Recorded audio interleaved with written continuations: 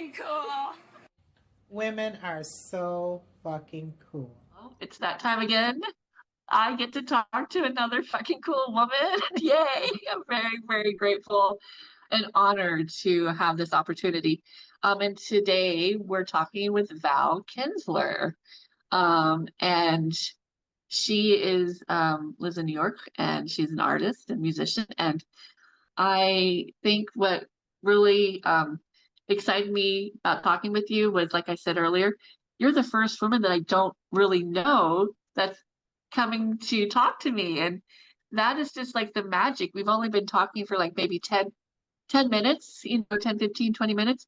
And I'm already charged because I had a conversation with a fucking cool woman that I did not know. And now we know each other. And that's the power. Oh, right back at you. Absolutely. Thank you. Thank you. Well, let's just jump right into it because I know you're going to have some great stuff to share. What is a FCW to you? A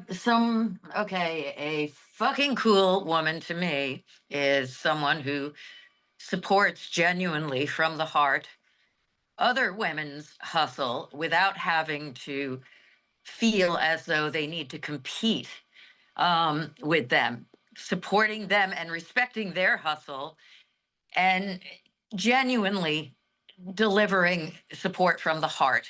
And also who doesn't stigmatize genders necessarily, who appreciates the soul and the hustle in everyone, male and female, as long as their purpose is something that's going to make the light brighter for all. Does that make sense? That makes all the sense. Exactly. Exactly. And tell me about your work that you do with New York's, with the women that you work with and musicians. Sure. Years ago, I discovered I was pregnant, and I was an older mom when I discovered I was pregnant, and I was working for a nonprofit record label at the time, and I felt really good about the fact I was going to have a child. I've always loved children. I've worked with children for years. I was excited about it, but at the same time, it was scary because as a teaching artist without corporate support or sponsorship, I knew that I had an uphill journey ahead of me. So I wrote a song called Rock and Roll Women, as in rock and roll women need no forgiving. We're just trying to make a living. And it basically, it's kind of like a chick anthem, kind of rockabilly-ish and rockacilly-ish, if you will. And it just kind of poked fun at, but celebrated the strength within, takes all my strength to be sweet, all my feminine mystique. I'm the queen who threw her throne. Don't tell me to watch my tone. Rock and roll women need no forgiving. We're just trying to make a living, because I was indeed, pondering this new lifestyle of having to make a living while raising a young child. And my mother was too old to help out. And my husband at the time, his mother lived far, far away in Israel, actually. And so, and I have a brother, my one good brother. I come from a very interesting family, but we won't talk about that now. My one brother that I get along with lives far away, and I would send my son eventually to summer camp in Virginia, where he lived, which was a great benefit and such, to have a little bit of extended family and get to work more on my art. But I created New York City Women Who Rock as an inspiration behind that song, Rock and Roll Women, because I just couldn't understand why there weren't more women supporting women in rock. I mean, it was obvious, like for years, having grown up through the punk scene, through the metal scene, through the folk rock scene, less in folk rock, I think. Women were more highly regarded, but like in the metal scene and in the rock scene and definitely in jazz, there was a lot of, I felt, misogyny and sexism. I really felt it, when I'd go to audition for bands, to the point where one time I went to audition to sing on a track, and this guy was like ordering me to do a sexy dance. And we were like at his parents' house where he had his recording studio set up, and I'm like in his room with his record, and I'm like, this just reeks of inappropriate. It was just like I couldn't understand what. And then I auditioned also for a bunch of all female groups, and in the all female groups, there seemed to be a per a with certain gals, not everyone obviously, but with certain gals, they were tentative um, to accept me. It's either you're too much or you don't fit into our category kind of thing, and I had faced a lot of challenges that way, and I realized, where are the women who aren't judging from the outside in? Where are the women who are feeling from the inside out? And that was what I was trying to create with New York City Women Who Rock. So I said, well, why don't I put together a little concert series where women gather together and the underserved get celebrated.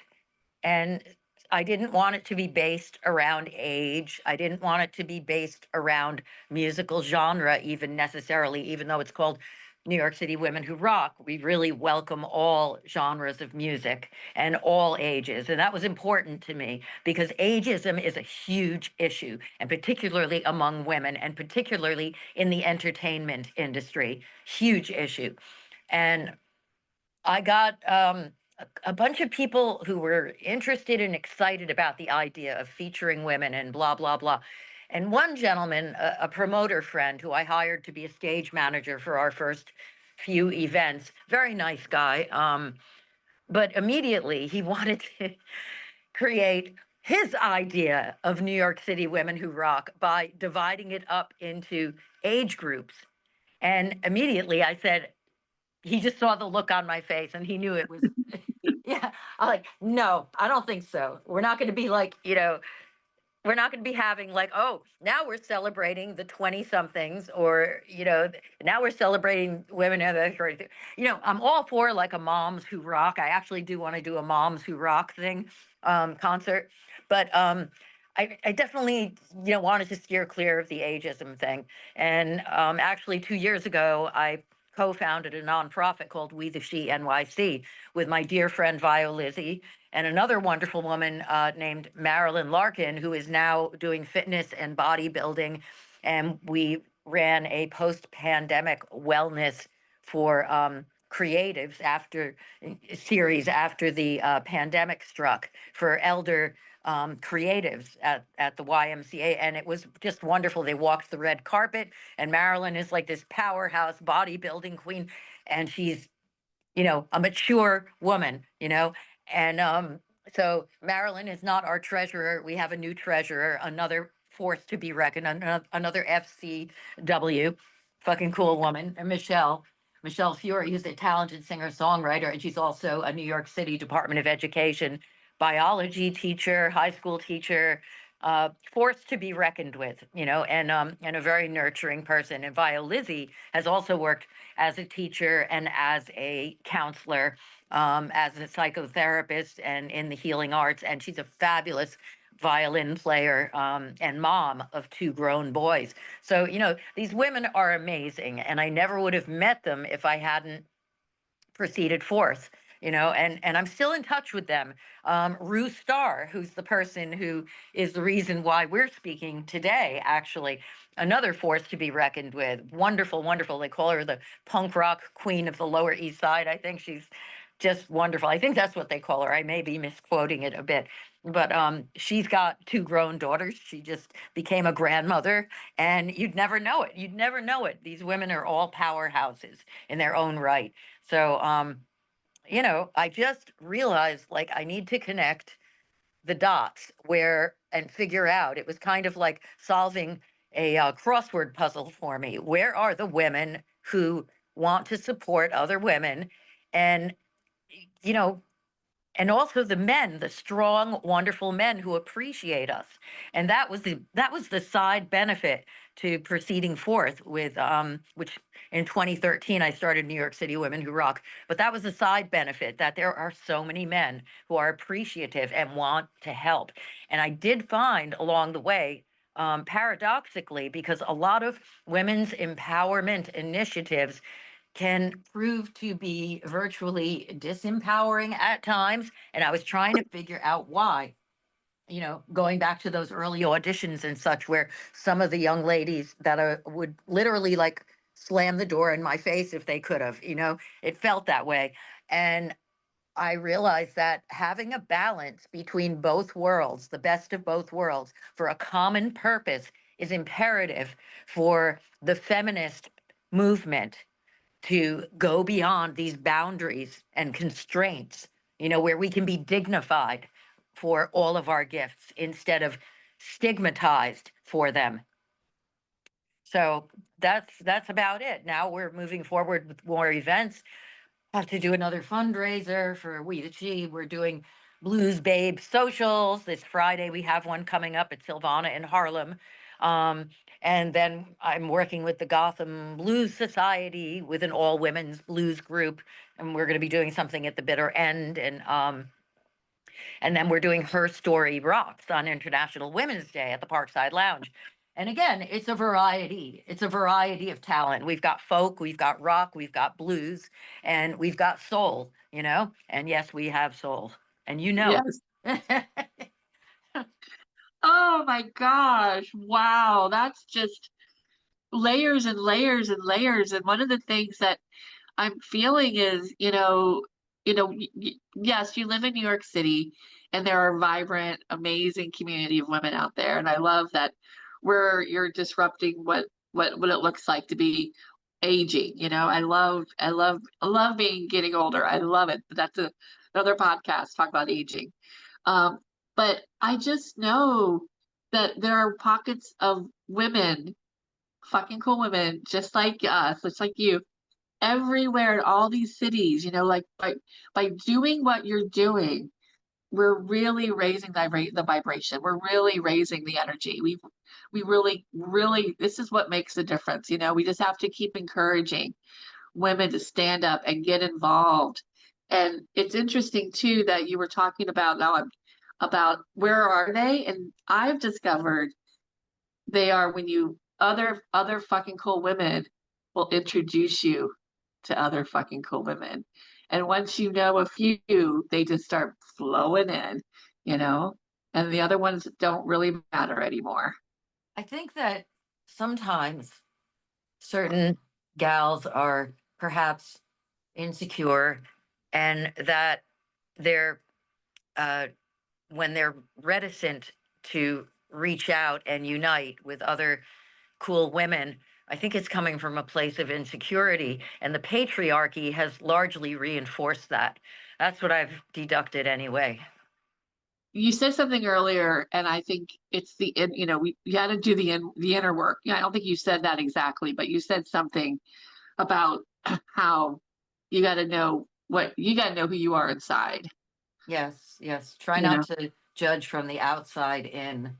Yes, And that's really good. but society really encourages that. Unfortunately, Oh. we have to fight against it every day. And while social media and what we're doing right now on Zoom is a wonderful benefit, the moment we start to speak of our accomplishments on social media, it brings open a whole other challenge.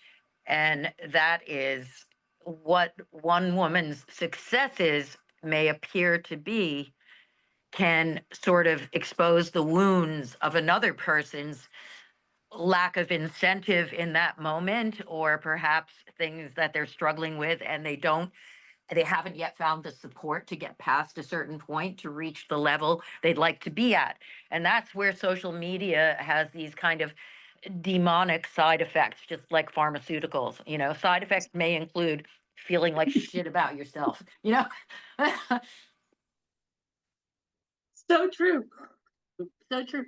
And I just want to remind everybody, as I've been doing these interviews with people, I'm hearing some amazing stories, and I can't compare myself with them. I can't compare myself with you or anyone else, even though there's a part of me saying, well, I'm not as, but I'm like, no, and that's the beauty. When you identify as a fucking cool woman, you don't ever have to worry about comparing yourself to anybody else because you're just as fucking cool.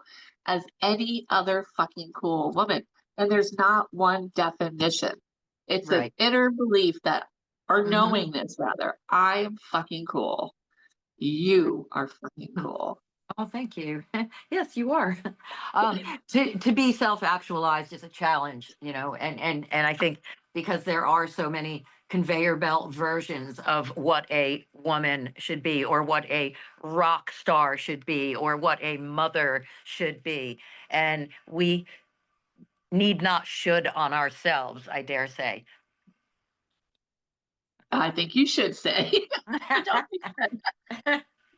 think Don't shit on yourself. I know. You're a fucking cool woman. Stop shitting on yourself. Oh, that's so good. That's so good.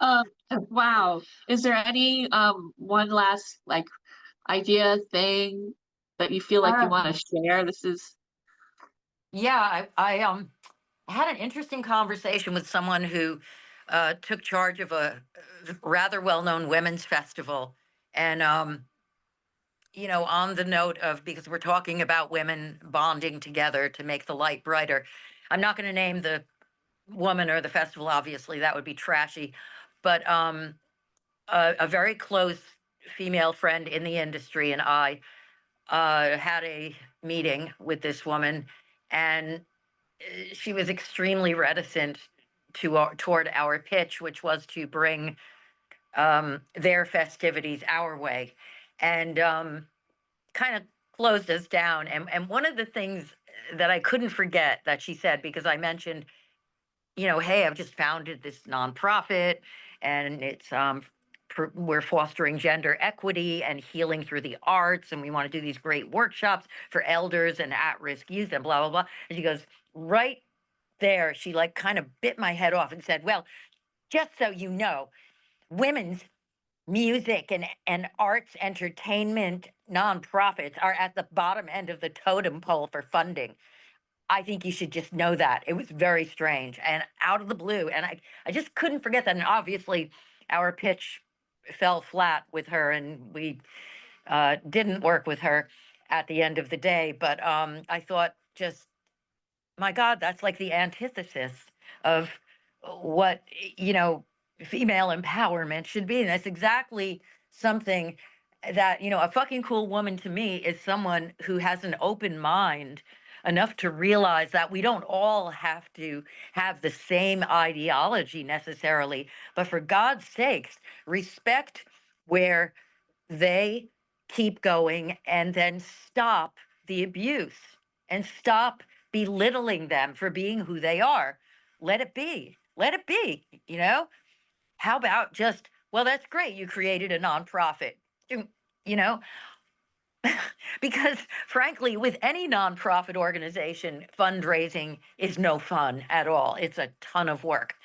So guess what? It's not just women's foundations that are at the bottom end of the totem pole. It's tough. It's tough for any foundation. But I just thought it was one of those things that could have been best left unsaid, if you will. And I think no matter what, who I get along with or who I don't get along with, or whose music I like or whose music I really can't jive with, try to be kind. Try to be kind and try to stay open minded, because that inner light of kindness is always, always going to be stronger than anything else in the world.